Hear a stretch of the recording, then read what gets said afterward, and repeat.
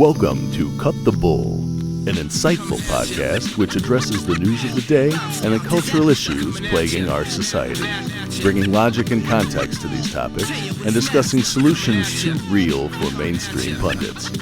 Now, here are your hosts, Charles Love and Wilfred Riley. Hello and welcome to Cut the Bull. I am Charles Love, alongside my co-host Wilfred Riley, and our guest this week is Larissa Phillips. She is the founder and the director of the Volunteer Education Project, a literacy project. And that is really important work. I hope to get to that, and if not, to have you back to talk about that. But we met fortuitously, and I thought it'd be great to have you on to talk about a recent piece you wrote for Quilette that kind of went viral. The article is entitled "Toward Ruin or Recovery: The Modern Feminist Response to Rape is Failing Women, and it is failing victims of rape most of all." Larissa, welcome to the show. Thank you so much. I'm totally thrilled to be here. Well, it's good to have you. I read this piece before meeting you, and then, like I said, we just happened to meet, and I thought that would be a great thing to talk about, because one of the people that, we do these things at the end of the year sometimes, and we talk about the past shows and the great conversations, and every once in a while we'll say, who do you want to have on you haven't had on? And I think I sent you the book. One of the people that I haven't had on yet was Casey Johnson, because he used to talk about how rape was being handled in college. And this was 7 years ago or something. So this kind of made me think of that when I read it, because I want to talk about why you wrote it, but you were responding to another article, right? So you told something you've never written before, but you felt compelled to write this after reading that. And why is that the case? Well, the article was, it was in the journal Liberties, and it was written by a writer named Celeste Marcus.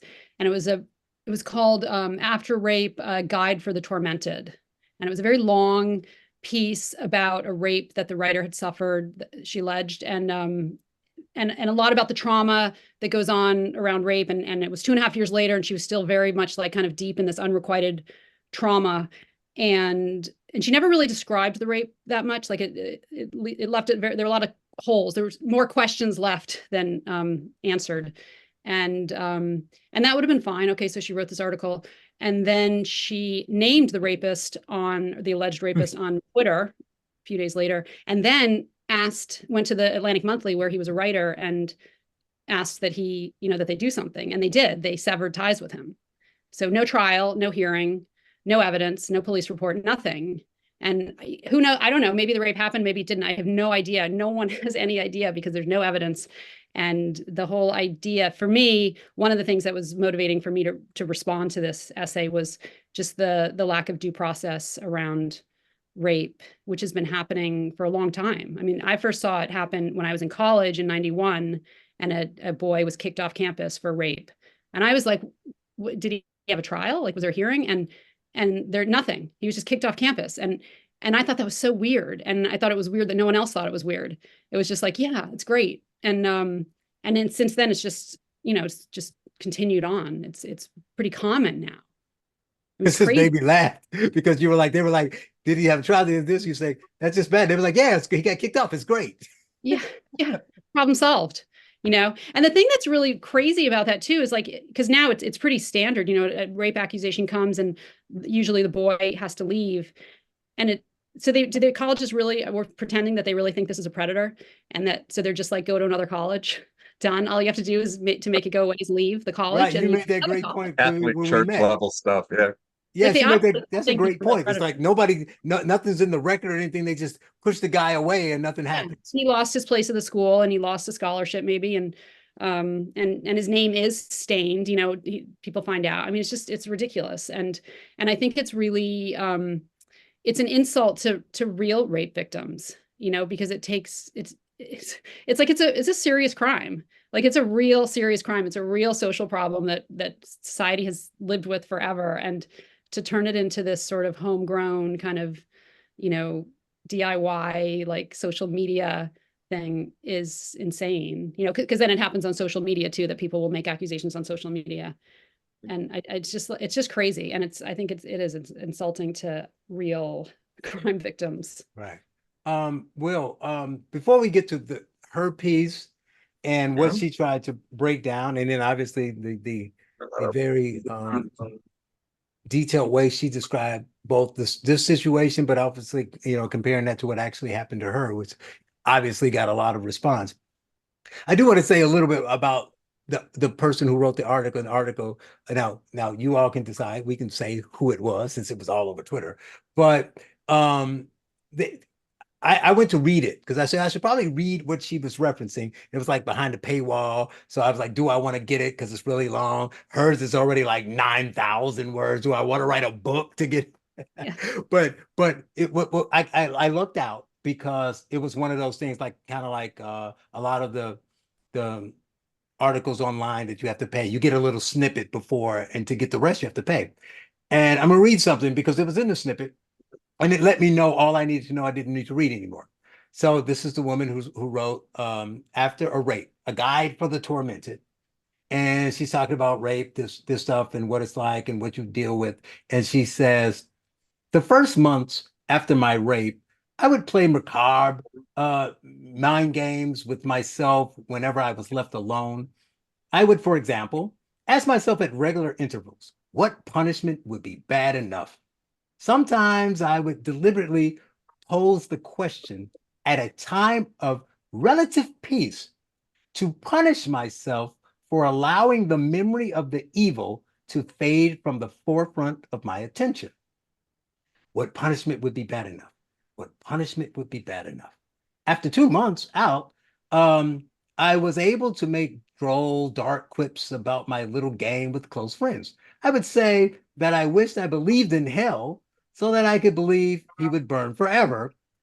And I would add that faith in the possibility of the eternal damnation is wasted on people who already have the comfort of a God.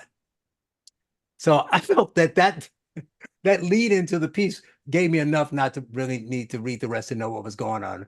What are your thoughts, Will? Well, I mean, that's quite an intro. I mean, you move there into like kind of the nature of evil in the metaphysical sense and all that. I mean, I think that this is a tough topic to some extent, especially to talk about as a guy and a fairly normal one. I looked at some of these articles as well when you talked about the theme of the show. I mean, so I would say two things that are very broad, and then I want to hear what the guest has to say a little more about her own work and so on. But I mean, first, yeah, the definition of this isn't just true for sexual assault, by the way, but like the kangaroo court process on college campuses is a real problem. It's something that almost every young friend or mentee I know is a little worried about. We also see this when it comes to allegations of any kind of racial harassment or fist fighting or something like that that might have a racial element. Yeah, the general policy is you're kicked off campus until there's some kind of sham hearing with a couple of administrators in it, and then you might be kicked off campus permanently. I don't know if our model in the Big Ten or the SEC is similar to what it is around the country, but I would really suspect that it is. And I'm not going to discuss like individual universities or like where this was, but like I mean, I'm a tenured professor, I've been an academic executive, and like I've seen some of the procedures around campus sexual assault hearings. And, this isn't necessarily all that rape is, but it's not a guy jumping out of the bushes with a knife. It's almost invariably two people that are drunk or on ecstasy that hook up totally consensually, usually pretty enthusiastically, until conflict occurs around some point. Like there's disagreement about what happened. And generally, there's a charge brought only against the guy. And the campus proceeding, which doesn't in any way resemble kind of the normal courtroom process, takes place. So, I mean, that is a genuine problem. Like, I would assume that the majority of claims have some basis in fact, but we don't really know. You generally have the word of two drunk people who liked each other well enough until point X of the night. None of it would pass muster in any court. I mean, I was trained as a lawyer before going into academia, so that's a real thing. Another point that I would make, just having listened to the like hell wouldn't be bad enough for my tormentor and all that stuff. I think in general, the modern upper middle class approach to trauma is really, really bad. It's incredibly bad. Like the number of people in their life, it's awful to say, but that have been sexually assaulted, perhaps a quarter women, 10+% of men. A number of people that have been in a war, 5% of males, probably 2-3% of females. Just like, I mean, I've been in violent brawls involving large numbers of people. I've had people, shoot at me, discharge weapons at me. I don't think sitting around, oh, that's right, Charles, you were from the same area, they'd be popping. But I mean, like, if I were to sit around every day of my life and think, my innocence could have been taken from me as a 16-year-old boy for wearing the wrong colors. There I was walking home. It was the wrong neighborhood. I still remember the scent of I don't think that's good. Obviously, if you're abused in this way, that's terrible. There probably should be criminal charges. It depends on what happened in the case. But to do that, to write 19,000 words or whatever about it, and then go through as part of your daily meditation 30 minutes of thinking about this and how guilty you feel. For anyone listening, that's the worst thing you can do with possible trauma. And I think we're making a lot of people, what would the term be? Well, it's the opposite of anti-fragile. It's fragile. We're making a lot of people permanently inclined to suffer by doing this stuff. For guys, violence may be more on the physical side, but whatever kind you've experienced, alcoholic parent, don't spend your whole life dwelling on that. So two quick opinions. No, I think that's great. And Larissa, to that, that's part of what you say, which is so important. You Sure. you kind of do a great job of explaining both from the standpoint of the guy, like you said, I don't know if he didn't. Maybe he's guilty. You didn't take his side. If he's guilty, he should be punished. But there's a process that he should go through. We can't just assume that every time somebody says happy, we can't just, as perfect as the Times say in the air quotes, believe all women. We can't just say that this is what you said, so this person's life is over. But what I assume you're saying is even the more important part, because the subtitle is that you're hurting women and you're hurting the victims, is that you're telling them the solution to a traumatic experience is to wallow in it, is to think about it all the time, put it in a tub, get in it with your candles and bathe in it like it's part of you. You are that rape. You are that physical attack. That's what you are. Never forget it. In fact, the woman was chastising herself if ever she went a day without thinking about it. Shame that was on the you. oddest Shame, part. shame. Yeah. And it makes me think, Will alluded to it, kind of like the race. I got into it. I had to get off the phone, an hour-long debate with a friend who was chastising me because of Fatima, Will, the guest we had on, who was talking about, racism and how we deal with it every day. And it's so hard and whites are doing this. I'm like, is it benefit? It's not about arguing whether she's right or wrong. We can have our own views. What we were arguing is it, let's assume it's right. Will laughs at me because I like to give people that argument. Let's assume it's true. All whites are bad. They have it out for black people and want to make it Seems iffy, really but bad. okay. Right. But does it really benefit young black people to tell them that, make them think there's no reason to try to work to get whatever they want because the white man's just gonna slap your Legos over, they're gonna kick over your sandcastle. Why even try? There's no hope. It's all gone. Do you want to focus on that or focus on what they can control? So it's not really about the truth of the accusation itself. It's how you're allowing people to deal with it. And it's kind of the same thing. They're telling you your life is out. You're now a new person, right? You're now trauma. That is you. And that's how you need to go through life. And is that how you, read what she was saying and why you took issue with it?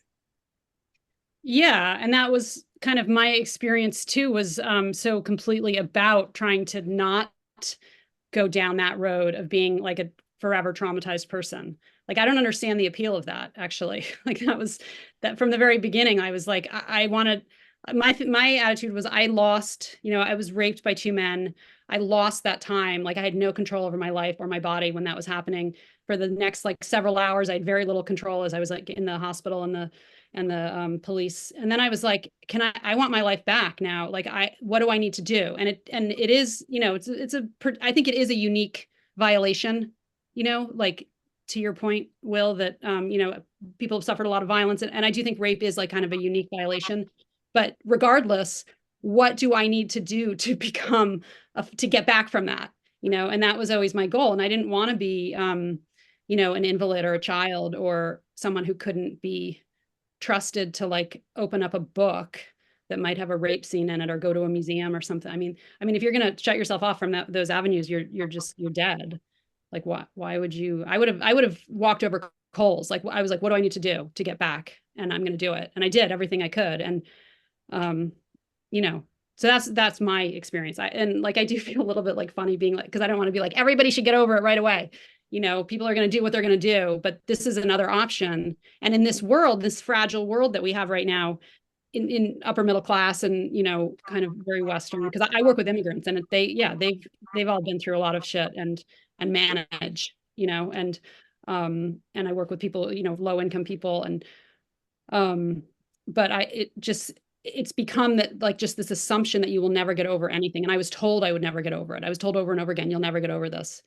And that's just seems that was unacceptable to me. But and if they do suffer and they have a hard time getting over it, you know, you feel for that person, and that's different. That's different. If I tried to get over it and I couldn't. It And could I had a happen lot to of some people. support. You know, I had a ton of support, and there are a lot of factors in my case that made it unique. You know, and I had justice, and you know, and I had a supportive boyfriend, and you know, my father was supportive. You know, I had all kinds of incredible support. So that's, I mean, if someone's not getting over it, that's something definitely to look at. Like are people around them giving them the support they need? You know, because Right. I had every Yeah. single possible thing in my favor in the aftermath. But Yeah. what I'm saying is, because some people have a harder time getting over it, that's totally fine because it's an individual thing. But that's different from telling people that it's good to not get over it. You know, Yeah. almost putting people, and you know, in a time where everything becomes partisan and political and all this kind of stuff, I think there's something deeper here. So I wonder your thoughts on why you think they want people to wallow in trauma. Well, I think that actually in this case of this writer, and I think this is pretty common, like, she's not the one who came up with this response, you know, she's just kind of exemplified it really well. But you know, if you don't have any, you didn't go to the police, because part of her article is like, you can't go to the police. There's no way you can go to the police. You'll just get raped all over again, which is what I thought also in my case, because that was one of the things the feminists had told me, everything I'd read, you know, don't go to the police, you know. And If so I could jump in there for a second, not at all, but like, really? The people were saying that if I would imagine that you would be told, and like, I've given this advice, lawyers give this advice, but you might encounter an unsympathetic, rough officer or something. But so people are actually saying things like you might be at more risk from the police, or there's a risk of oh, no, more like sort of a psychological rape, you know. oh, You're gonna like, you're gonna metaphysically or metaphorically Right, be right. oh, It's You're going to totally be traumatized all over yeah, again. you're You're gonna traumatized. relive it. another And I heard that even just recently, even just when the article came out, I heard over and over again, people were like, well, women can't go to the police because it's too traumatizing for them to go. And I'm like, what? Like, wait, so they were raped, and now just talking about it is too traumatizing? Like, are they going to talk about it with their therapist? Like, what, they're just never going to talk about it? You know, and one of And the, no one should come up, try to fight through that to get up right. the courage to try to get a violent person off the street. it's the Yeah, that extreme too. it's the extreme never blame the victim thing, where, and I don't at all want to cut off either one of you guys, but like, where the argument is, well, theoretically there could be someone who's dealing with an emotional disability who would be really unable to do this, and we should consider this person. Did you guys see the DoorDash argument on social media? No, I missed that one. Okay, just a very, very quick synopsis. But some guy was like, I DoorDash all my meals every day, and it's necessary because of some random thing like long COVID. And everyone, including me, was like, no, you're just a lazy son of a bitch. Like, you're an upper middle class white kid in Chicago. This wasn't even a New Yorker, as far as the New Yorker sometimes it was one of ours. And it was like, well, you know, you could go downstairs. How about the local bodega? And so for a while, it was just like this, like, no, you need to go to the gym, you treat your girlfriend better, put on some clothes, go to the store. There's an able-bodied Caucasian male. And then people started saying, well, no, giving people this advice is very damaging, because there could be people that are incapable of going to the store. And it was like, well, why would they be incapable of, like, using a microwave or something? Like, have your buddy go to the store. Well, some people have trouble microwaving. Like, it really just got insane. Like, therapists were jumping into the conversation. And my group of friends just ridicules this for good or ill. But there are a lot of people that take this extremely seriously, where the idea that telling anyone to do anything is a risk-filled business, because somewhere in the world there could exist a person who's a perfectly nice person that would be unable to do that. Work? No, you don't understand what untreated neurodivergence. I mean, it's something you see quite a bit. So, And why don't we go in the other direction? You know, because instead of just bringing everything down to the lowest common denominator, we could elevate the idea and be like, oh, well, here's somebody who actually was like, has some disability and figured it out, and that's kind of cool. And let's use that as an example. The one thing that I actually really respected about that conversation was that actual disabled people, like there's a disabled female war veteran in the thread, were like, no, this is complete bullshit. Like, I got my arm shot off in Fallujah, and no, what I did was I went to the doctor. We have doctors in this country. I got one of those hooks, and as I got more money, I was able to get a replacement limb, and my husband's been great. So there was this contrast between these people that were saying this, who had been terribly injured in wars and industrial accidents, and then people with names like Black Red Guard that were just saying like, no, you guys don't understand, it's not possible. All of them able-bodied white and black men, which is just really amazing. So it was one of those funny conversations. Yeah. I think that, I've had a recent conversation that ties into this too, which is like another factor to add on to this. What you have, because we've allowed what you two were talking about happen so long, and because the culture and society has changed to the point, Larissa, I used to always joke that people's like, well, how do we get to this problem? They think it's political. And I was like, no, not, it's cultural. And the best, and I would jokingly say, well, you want to know where it all started? I blame Seinfeld. And they'd say, why? And I said, because you remember the episode where someone thought George and Jerry were gay? And they said, we're not gay. And then they did this and they said, not that there's anything wrong with it. Right. And from that day on, I jokingly say, people just started to say, well, I know what's best for me, but who are we to say what someone else has been in? So I was in a conversation with someone about, I do a lot, we met talking about education, about what we should do. How can we fix the schools? How can we make, curriculum better? How can we do this? And I was talking about parents, what we can do and how we can help that connection. I'm trying to help the teachers, help the schools. It's not all their fault. The parents need to get a skin in the game. I said, maybe you send the kids home to do this assignment and work with this. And one of the people said, he said, I get what you're saying, Charles, and I agree with you, but that's not the reality on the ground. And I said, what do you mean?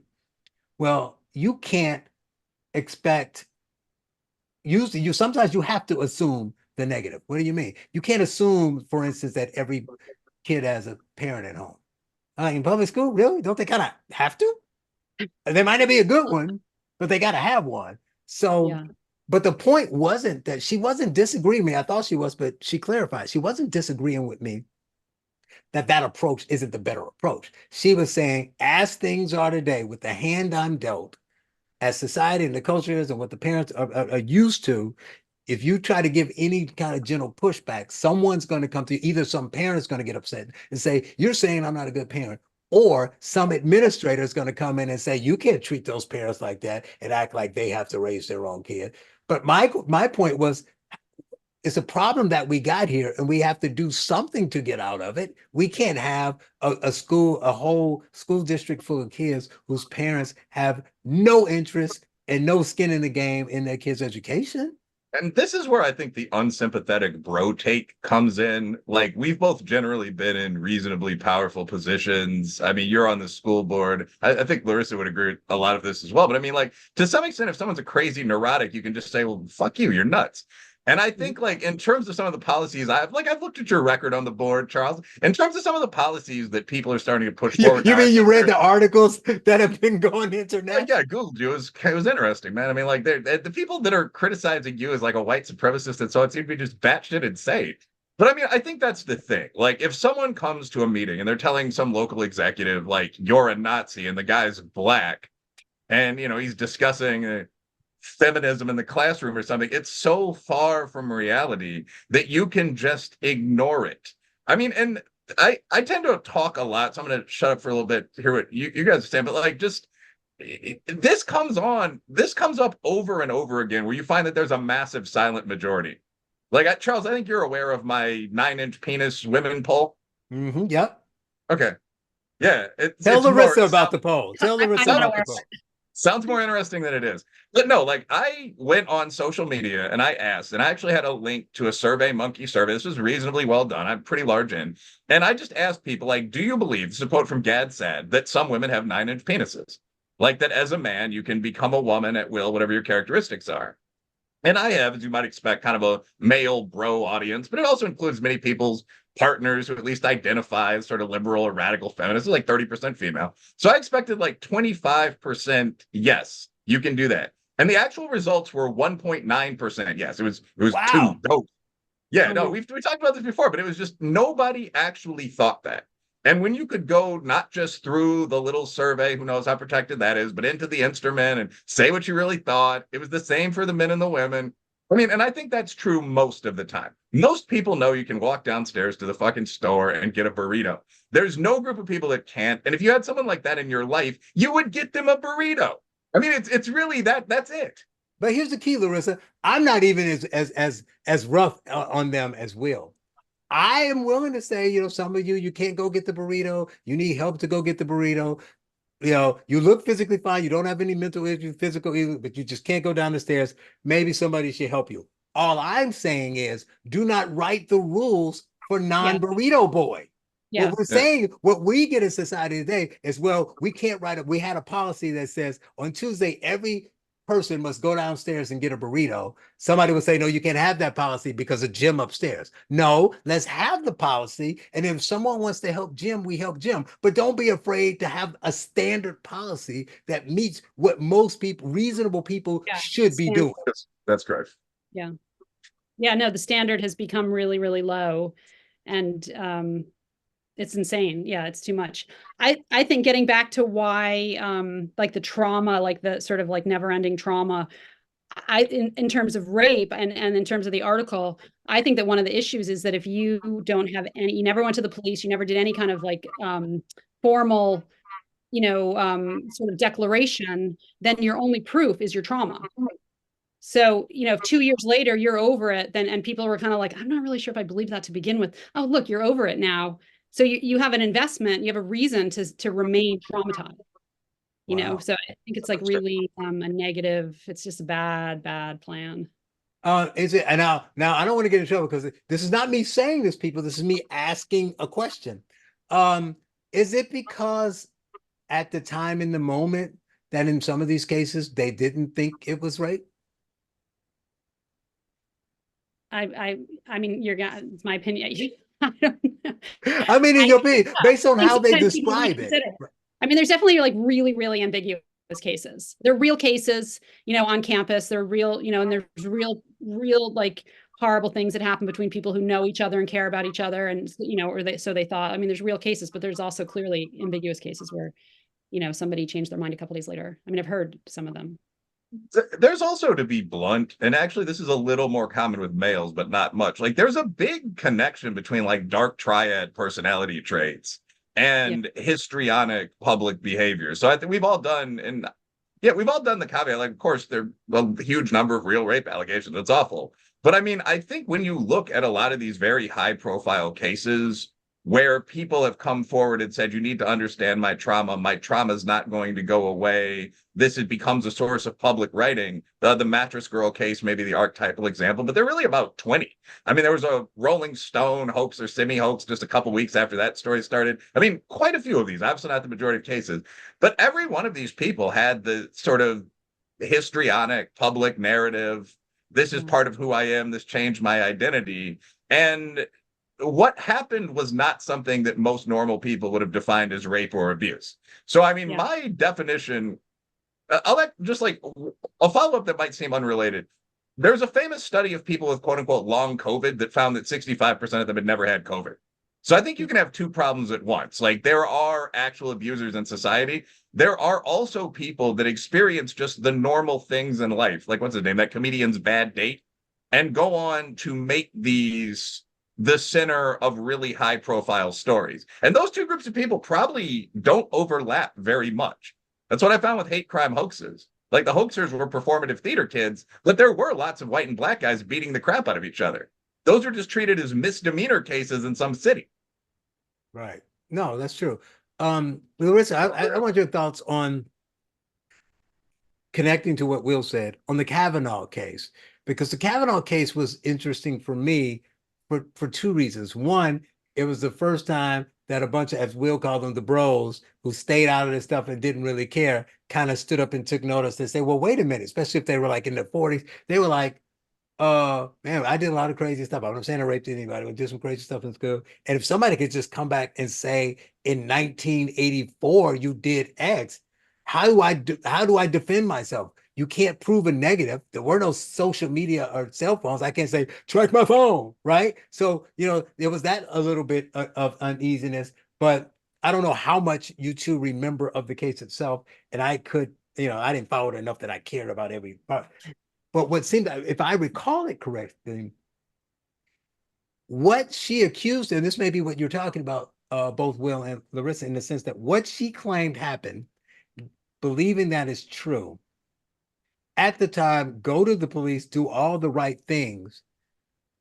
I'm not even sure, forget about misdemeanor, I'm not sure much would have happened to him. Now, granted, we can say because the times were different, but you two can correct me if I'm wrong, but if I recall, what she said was they were all at a party and they were in the room where you throw all the coats, and he tried to kiss her, forcibly hold her down, and she got out. So there'd be no DNA. There was no actual rape, as you say in the article, the old-fashioned kind. So if the police had been called right at that moment, most reasonable people would say nothing would have happened. So the fact that that's her accusation, and it's 30 plus years later, the fact that it got so much coverage and so many people said automatically believe her. I'm like, I do believe her, but he didn't say she never claimed him a rape. That got lost immediately. And he became a rapist. And then it was group, what do you call it? It was like gang rape, and multiple times. And they were having rape parties, and people were going to them. And then the other girl said, and I know they did it because I went to several. And so your common sense said, you went to several rape parties on your own, just voluntarily? You just showed up at 6 rape parties as a girl? I think Larissa's going to handle the full question first, but I actually remembered that case. And yeah, the things they started saying just became completely insane. Like, one of them was that Cavanaugh was getting in fights on boats. Like, he was attacking people's wives in like the local port. Yeah, there were supposed to be parties where there were like lines of guys outside rooms with high school girls in them and so on. And there'd been no evidence of that ever in that community, which is just a kind of middle to upper middle class regular town. So I mean, yeah, it got really, really political and started involving some people that seemed pretty crazy on both sides of the fence really quickly. But 30 years later, so what are your thoughts on that? Both the timing and the fact that what was originally alleged when this all started was, not something that would have been, a major crime in 1984 or whatever it was. I'm like just right now thinking that I kind of had something like that happen to me in 9th grade. Like that, I'm like just now like, oh, you should write an article for I should Libertine track that guy down and see what and it was obnoxious and horrible, and like, it was like a senior guy, and I was in 9th grade, and he kind of like pushed me down, and it was humiliating, and I was mad, but yeah, I'm like so Gen X, because I'm like, I just like shrugged it off. You're such a jerk, right? Like, there should be something. This stuff is obnoxious. Like, I feel like there should be something, like you should get a ticket or something, maybe, like for something like, have to stand up in public and renounce their bad behavior. Yeah, I mean, can't you get a ticket for like, I don't know where harassment starts, that you can get like a misdemeanor or something, but I mean, I do feel like there should be a little more graded. Right. Yeah, there are things that happen that are ambiguous, that are not good. Right, that you shouldn't be doing, right. Yeah, and that the women don't want to go to the police because they're like, it's not worthy of going to the police, but it was bad and I'm mad about it. Right. And he should know that was wrong to do that. So like, what do you do about those cases? I feel like there should be something else in the middle to do. Right. I think the typical solution was that you'd slap him or your brother would punch him. I mean, where that's resolved. Get somebody to get old school, get somebody to kick his ass. Right. But that's exactly right. Like, it's resolved in the arena of normal human interactions. So like with the Kavanaugh thing, there seemed to be two questions. Like, what was the incident? And then how do we handle that after many, many years? Yeah. First of all, I think most people have experienced something that could be considered technical sexual assault. Like, I wouldn't equate this as a man to women's experiences, but I remember at one of my parties, someone, let's say, touched themselves intimately, rubbed their fingers on my lips, and then kissed me. And it was just like it was like a raver thing. I thought it was a little gross, and I was like, "Get the hell out of here!" And that was it. Now, I'm sure that's some technical crime because it involves, the private parts. But it would be like what you said. It would be a charge for like a misdemeanor assault, where the maximum penalty is like 30 days in county jail, if you actually look at that. I don't honestly think the Kavanaugh situation was even that serious. The allegation was that Kavanaugh, like this like 16-year-old Brett Kavanaugh, he's like a junior, was at a party and a girl agreed to go upstairs with him to like the coat room. Like these were kids. And he tried to kiss her. She didn't want to kiss more than once. So he tried like holding her shoulders. She started yelling at him. His buddy comes in. He may or may not have been with the girl himself. His buddy's like, don't be a jackass, grabs him, and they start wrestling. That's pretty much the description of the incident. I'm sure all these people were wasted from that description of like, and then they began wrestling kind of. So in that situation, I guess you could call the police. I would probably encourage a daughter to do something like that. The guy's just humiliated. He has to go down to the station. What are you, a rapist? That'll teach But him I a mean, lesson. yeah, you Chester, but like there's no real felony criminal penalty you can bring there. I think that's point one. That would be true for either sex. Someone grabs you by the penis or the ass. I mean, depending on which one you are. The other thing though that I think is more important is how do you handle that 40 years later? So like if I had done something like that in high school and I'd gotten in a fight with a girl's brother and I got my ass kicked, you feel embarrassed about it, and I don't think I've never done such a thing, but I don't think like that you just charge that to the game and move on. The question is, if someone 30 years later came forward and said, in high school, I made out a lot with my boyfriend. I usually enjoyed it, but I don't think there was initial consent for everything we did, and breaks down like 10 or 12 explicit things from well before any statute of limitations. The question, honestly, is should society do anything? Should you just assume this is true? Should you try to punish someone decades later? What if he comes back at her and you get the sort of stuff that slithers out of divorce hearings? So there are real questions there, I'd say, legally. Right. Yeah, and they're really kind of pertinent because there is so much sexual freedom, and like starting 30 years ago, really, like in the 70s, and so that's the stuff that's coming up. But there's just so much sexual freedom. So how do you regulate it? And so much of it is happening between inexperienced young people. And I mean, I don't know. Sex has been regulated forever. Like every society does something to regulate sex, and now we've just taken everything away. We don't have chaperones, we don't have hijabs, we don't have curfews. And so we don't have marriage. At age 19. So what are you going to do? Like it's a contract. We're gonna have a contract. Right. Well, they have the consent rules, the consent things, which is totally would be nice guideline. Like the consent rule seems like a very nice guideline, but it's actually there's all this stuff riding on it. So these kids can get in so much trouble if they didn't ask for consent. And those forms are so sexy too. You really want to have sex after you fill all that stuff out. That's the other thing, Charles. Like this gets into the rise of kind of the hijabi feminist, which is actually a great phrase that I might steal. But I mean, where people are saying whenever I spar with feminist casual friends online, what it strikes me that they want, I actually said this in a debate with, just a conversation with, I think, Anna Slatz the other day. What it strikes me that they want is traditional right-wing gentlemen. So you get all of these questions like, why don't you guys open doors anymore? Can't you at least wait a few dates? And I'm like, I mean, I guess I could at this point. Like I'm a conservative. But I mean, it's very much an attempt to return to pretty much the rules we used to have, just under different names. So like the consent contracts in college aren't actually a joke. Like actually pulled up the ideal consent policy for let's say a small state university in the state of Kentucky. And it is consent should be explicit, enthusiastic, totally sober, and preferably provable. And that sounds great, but it would invalidate probably 95% of actual contact in, say, marriages. If my partner comes home and says something like, you want to do me today? And I've worked for 10 hours, and I'm sure, yeah. I mean, you're not giving explicitly enthusiastic written consent. It's not a thing that happens, and everyone in a relationship knows that.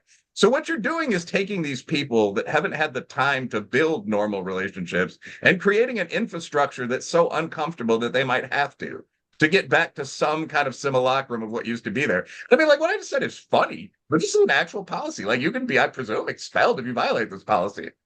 Yeah. Preferably provable. You're supposed to film everything. I mean, it's an interesting situation.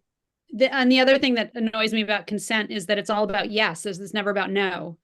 So they like no one can say no. Like, and they don't tell the the college students, like according to my daughter who's in college, it's all about consent, but there's no like you can opt out of hookup culture. Like that's completely fine, and it's up to you.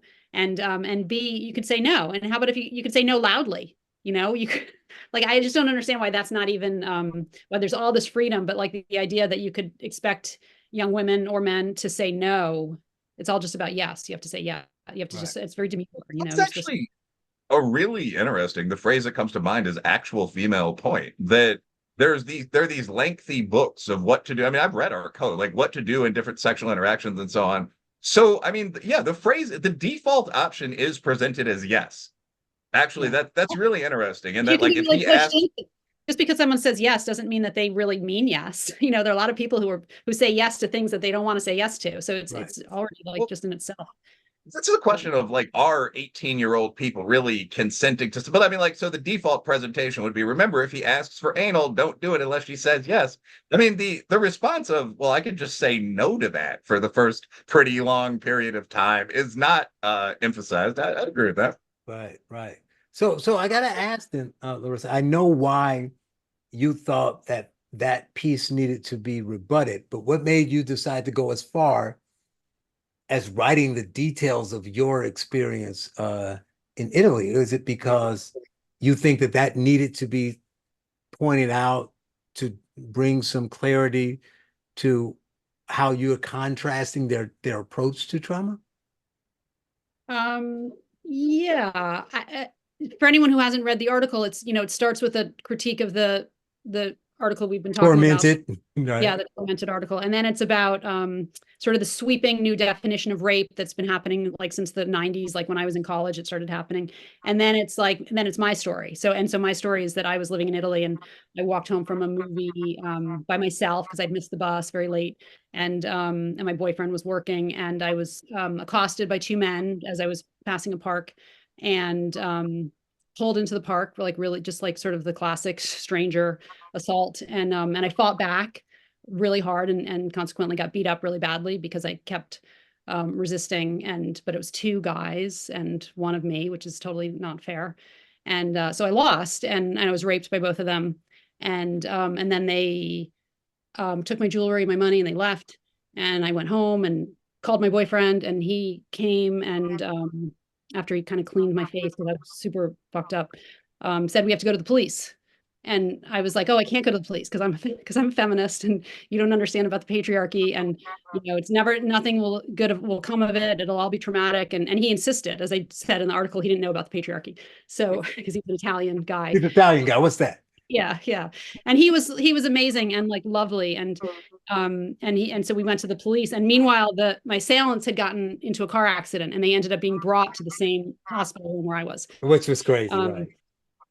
Yeah. And so and they were wheeled right past me. And the hospital was a mess. Like that, I was like examined by this massive team of male doctors, and like I had to undress like in sort of a public room, and not like I had my shirt on, but I had to like take my pants off, and they were all like all these men were like helping me. So it was I mean, it's a really good story, like it's a very like intense and like detailed and colorful story.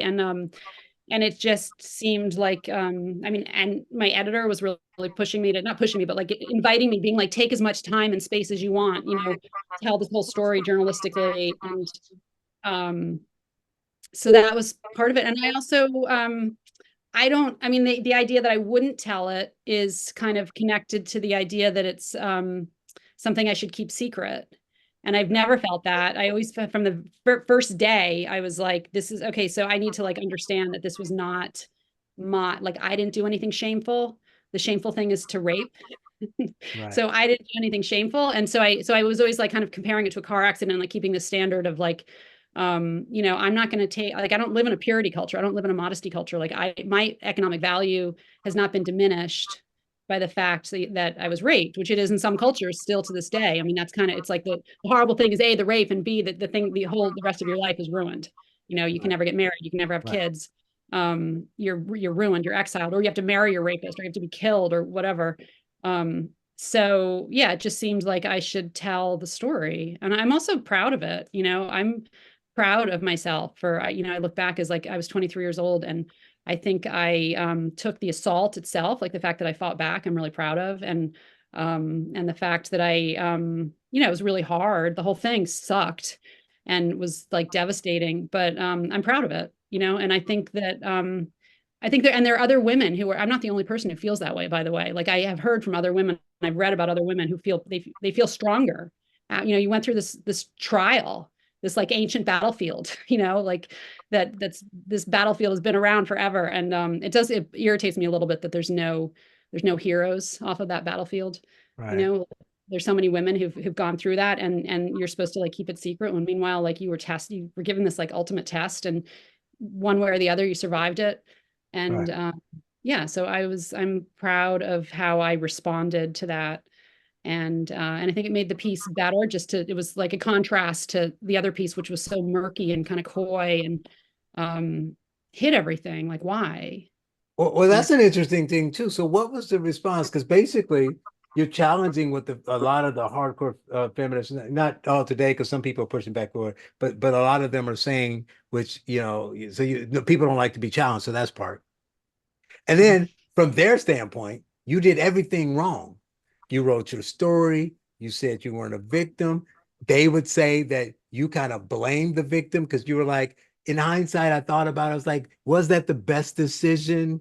Could I? I'm not Yeah, saying that there was 100% those guys' fault, but should I have walked home by myself? You were open yeah, to saying that. You went to the yeah, police. You're not supposed to do that. All of yeah. these things down the line, every step of the way through that article was uh, everything that they go against. So what was the response? Did you get a lot of response from them saying anything, or did they just not say anything? Yeah, I thought I was really going to get dragged.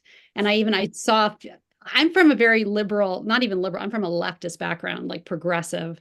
And most of my friends and family are very progressive. So I actually saw my family like a couple of weeks before for my dad's birthday. And I was like, I have to tell you guys something. I was like, Quilette, some people call it right adjacent, like, and I might be called right adjacent, and I had to like prepare them. And yeah, and I would run into friends who are feminists, and I'd be like, you're not gonna like it, I don't think. Mhm. So I didn't get dragged by anyone, which I've been joking. I guess you're golden, like you're Oh, that's untouchable. good. If you tell a story like that, nobody can touch you. But I my was and I gonna have say, a it lot of seems pretty awkward for someone to act offended that this happened to you, like that crazy woman. Like, I don't know. I don't know. yeah, So, they didn't, no one went after me. And most people were silent. Like I have a lot of feminist friends who I put Okay. it up on Facebook, which is like I just put up pictures of my kids and pets and stuff on Facebook, and I have relatives and neighbors and stuff, and old friends from Brooklyn, because I used to live in Brooklyn, old like feminist friends, and they didn't say anything. Oh, they just stayed out of it. Yeah. Because I didn't think they'd go that far, Will, but I thought they'd say something like pull her aside and say, don't you think that this is enabling the race business? Kind of like what Fatima said about your book and your stats, saying, well, don't you think you're encouraging people to not say anything about hate crimes by saying some of them are hoax? No, I'm telling the truth that some of them were hoaxes, right? yeah, I think there are two levels. Like, one, it would be incredibly difficult to criticize someone who told that story by saying something like, no, if it's like that bitch isn't a real feminist. Like, what? You would put yourself as you'd be absolutely the villain in that story. I mean, that's crazy.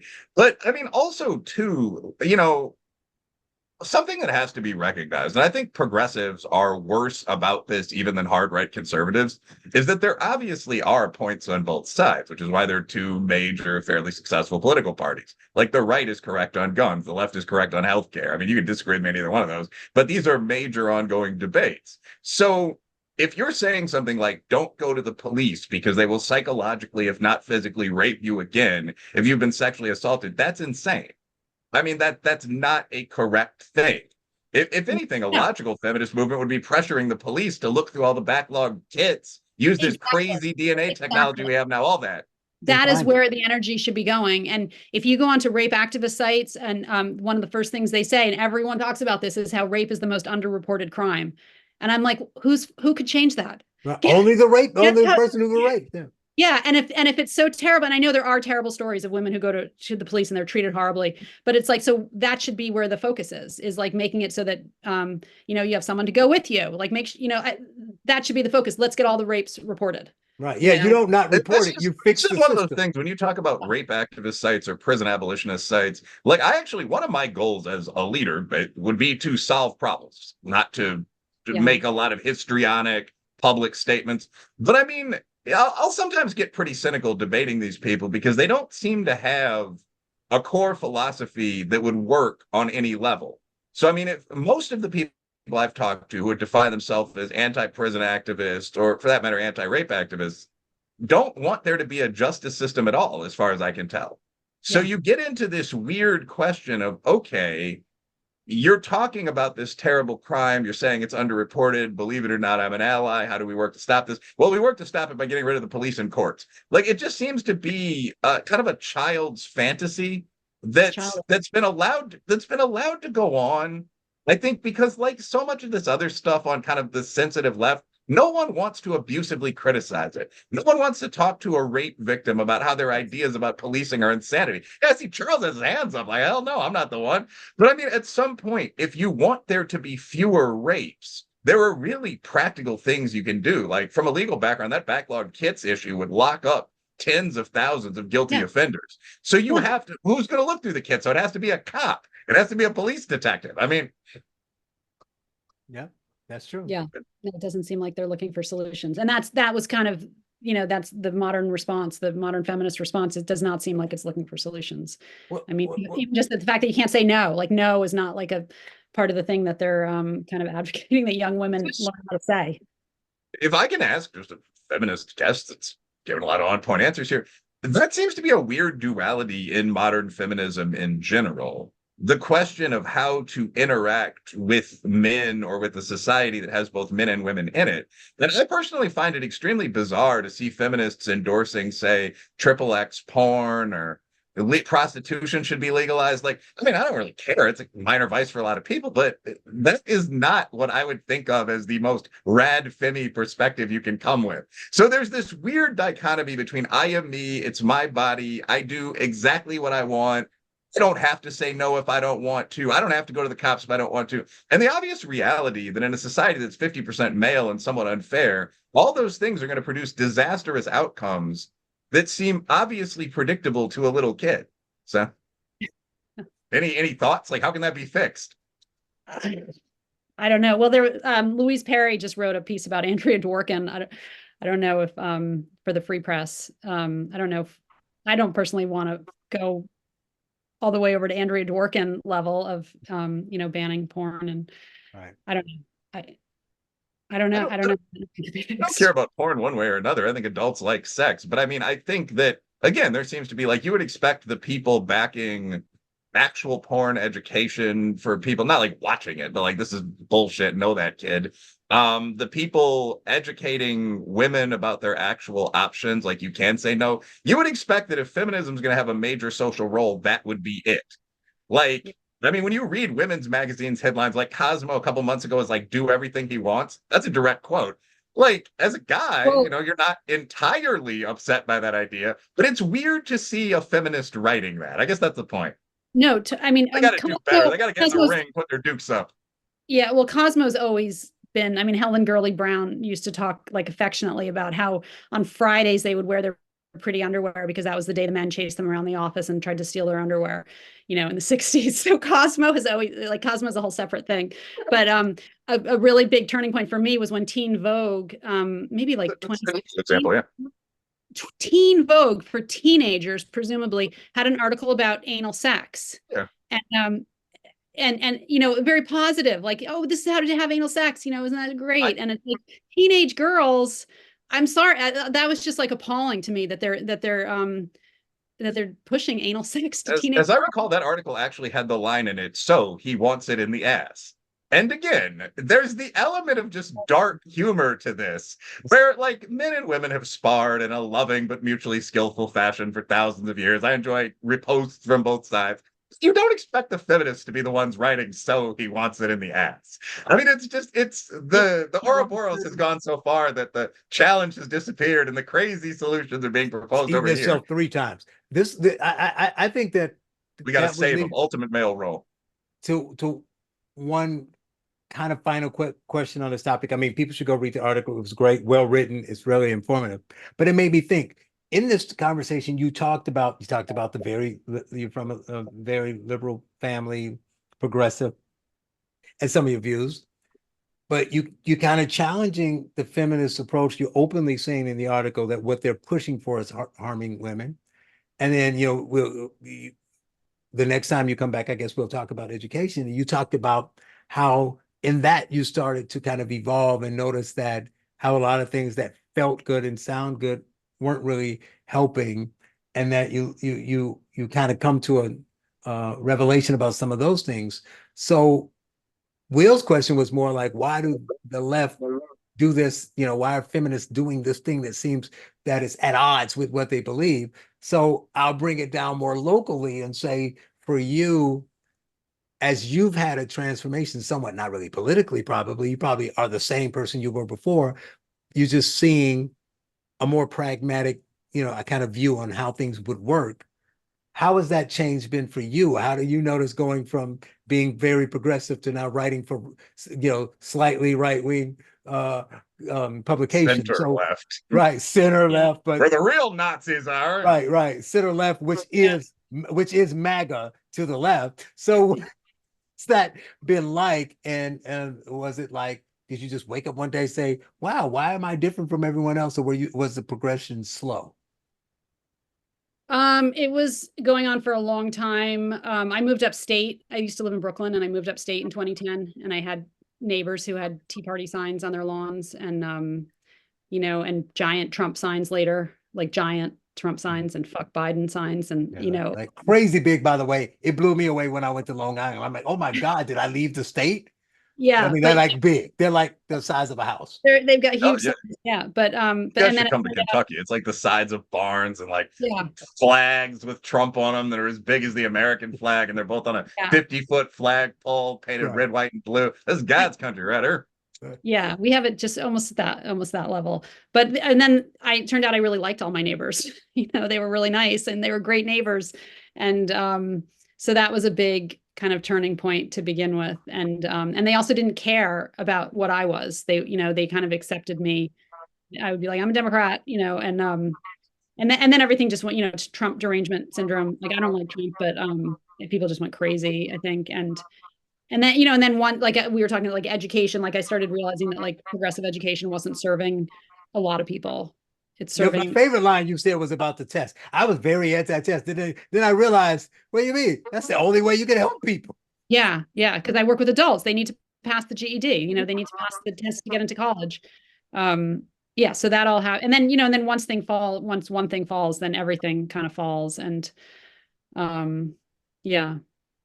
So it's alienating because I have gender ideology made me crazy. Like, and now the Cass report just came out and it seems like things are kind of turning, but like I cannot believe that questioning whether these really extreme measures, surgical and hormonal measures on teenagers, just questioning it had people yelling at me. Like that was mind-boggling to me. Like it still is just shocking to me that you're saying like, I don't know if 13-year-olds should have, puberty blockers, right. Or I don't know if like children should be changing their, socially changing their sex, like trying to like, and that people would yell at me like that. Oh, yeah. It's like, I still cannot like, cause you should question, you're not even going to question it. Right. Right. But that's what Will alluded to at the beginning was about the school board is you go look it up. We made the cover of the New York Times last week because we said, do transgender girls having a physical advantage over biological girls? Just a question. Do they? And then we were transphobic. Elliot Page came to our school board meeting. Ellen Page. Yeah, okay. You can't. Whatever. Yeah, but showed up at the school board meeting in solidarity. He can come challenge me. Yeah, to in solidarity to fight against the transphobia that was. Does a transgendered girl in high school sports have an unfair advantage? Maybe we could check. Maybe we should find out. Maybe we should find out. You guys in New York just have a team with like a 6'2" black dude and a 6'3" Caucasian guy that like swept through the girls' championships. I'm pretty sure that was New York, right? Oh, I didn't see that. It's possible. They had whatever state it was, might have been Jersey, but they had two hosses in the middle. And they did well, right? Started for the varsity team from high school, yeah. And they did well. What's up? I said, and they did well, right? Yeah, because they were 6'3" No, males. Yeah, they this, were killing it, man. They were dunking the ball. I mean, it's so just a Hey, brief. Don Staley say girls dunk.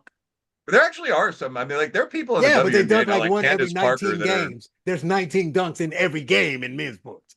Yeah, but I mean, like there are WNBA players that could play some men's college ball. Like Parker's good, but this is a different side conversation about the skills quotient of the WNBA. Like whatever. But I think that this gets into one question that Larissa just kind of batted back and forth with us, which is why, when you're talking about like the feminist teenager magazine running articles on how to anally please your boyfriend, how did that happen?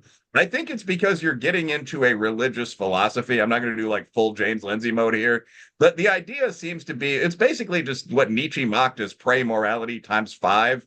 The idea is that the most damaged, most harmed, most useless person in the room is always right.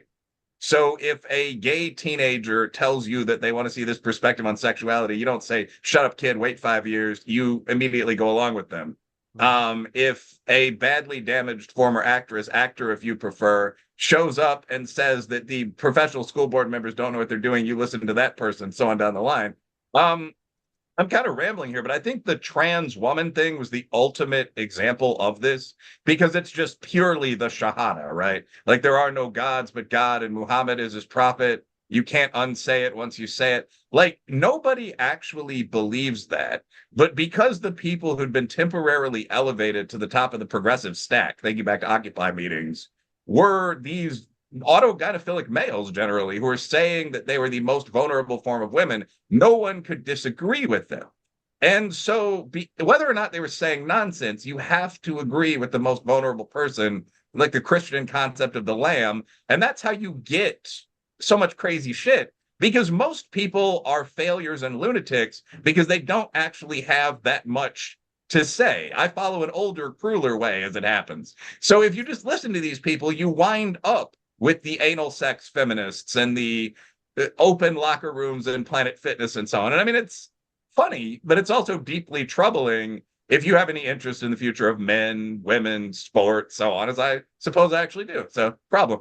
Will is in rare form tonight, but do you want to follow I up, sound like this all the time, right? I'm just follow making that jokes. up? Thing about women's sports, because the women's sports thing is really horrible. I think because to be a girl and to go through adolescence and teen years and to become like an elite athlete or even just a college athlete, you're going through different things than boys who are athletes go through. I mean, it's pretty heroic thing to do. You know, girls like boys who are good at sports. You know, the boy who's good at sports, it's that's a flex for girls. You know, the girl who's good at sports maybe, but not necessarily. You know, she's not necessarily going to become like more like a higher in the sort of sexual marketplace, you know, because she's really good at soccer or basketball. She might be, but it's not a given. And so I really feel like girls, it's a special challenge that they go through to become these elite athletes, and then to have to be competing with men. I don't know. I think it's really disgusting. Actually, I think it's shameful. Yeah, well, I guess that we've already done an hour. We have to leave it there. I Larissa, want will to you come? Oh, okay, okay, go ahead. I just wanted to say I'm so glad that you guys invited me on here because as I was telling you, Charles, that on when the article went viral, it was retweeted almost exclusively by high profile women. You know, the high profile people who retweeted it were Oh, women no, men and though. Right. no men. Like, and they were scared. And we were hearing praise like off Twitter, you know, on listservs and, you know, and personally, like at Quilette, they were hearing from like pretty high profile men that they really liked it, but they were too, you know, I guess they were afraid of being Me Too'd or whatever. Like it just seems it's somehow it has become that rape is just a women's issue. And like, okay, I get it, like, because it's mostly happening to women. But, you know, even if you're going to go with the 1 in 4 statistic, which is, you know, not like a great statistic, but all the women who are being raped are wives, girlfriends, daughters, Mhm. sisters of men, you know, I- so it's not just a woman's issue. And I feel like, you know, when men were handling or in places where men do handle all the rape, the prosecution of rape and the prevention of rape is really bad. Like just men handling it is bad.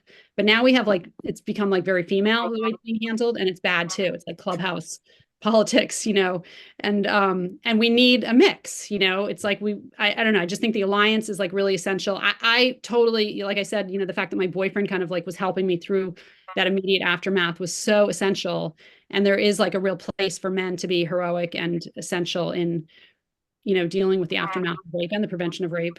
Well, I was going to end, but since you say that, I thought about it earlier and forgot you brought it up again. I'm sure if you do a lot of interviews, most people don't ask this question, so I should. You say he was so great at that time. I'm assuming he's not your husband. So did you ever, have you ever connected with him? Did you ever talk to him? Did you ever follow up and say, yeah, thanks for helping me out? Mr. He got, in Italy, you have to do military service, like required military service. Right. So he, like a month after the rape, he got called to military service. And so we kind of like had a long distance thing. And then I broke up with him because I was just like, this is too complicated. And I'm dealing with all this stuff. And then we wrote a couple times. And then for years, I didn't hear from him. And in the course of researching the article, because we were vetting everything, like everything had to be vetted. I finally found him on Facebook. I went like way deep into Facebook and found him. And I reached out to him, but he's not really on Facebook, I don't think. So he hasn't responded. Like he didn't respond. He's not. I thought you were going to finally get a response, but I just had to ask that because you said at that moment he was he did what he was supposed to do at a time when men tended not to do that, and that's a good thing. We wanted to credit him, and hopefully after this, when we tweet it out and we post it, we'll send it to some people, and hopefully some men will start reading the article and commenting. Well, I really appreciate you guys having me on to talk about it. No problem at all, and I do hope you come back because the education piece is important too, and you have some very interesting things to talk about. Literacy. She is Larissa Phillips, the founder and director of the Volunteer Literacy Project. Larissa, thank you for joining us. Thank you so much. God bless the US of A, land of the free and a home of the brave. God get all of the praise. I got a country to save, cause I'm Patriot J and I'm saving a day.